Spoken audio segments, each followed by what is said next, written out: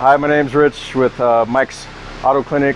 I'm changing some struts on this Toyota Venza. This is a McPherson style strut assembly, so just have the strut tower and the lower control arm, so it's usually pretty easy to replace these. Got a couple bolts, a couple nuts at the top of the strut assembly, and just a couple things holding it on the bottom. These holes right here where the top of the strut assembly fastened to, and then down below, I don't know if you can really see, but this one was leaking pretty bad.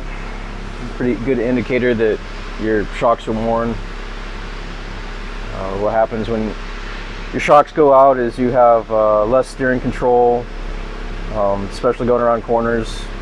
Your car is not able to control weight distribution as well, and you'll have some uneven tire wear or abnormal tire wear, which will decrease the life of your tires and puts a lot of stress on the rest of your steering and suspension components. So job like this can take usually can take like 2 to 3 hours. Ultimately it will pay itself off though.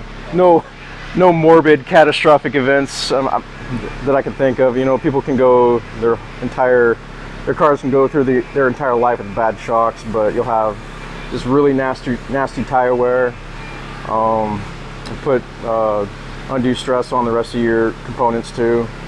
So it'll just ultimately just cost you more money in the long run by not replacing them, especially tires. Tires aren't cheap, right?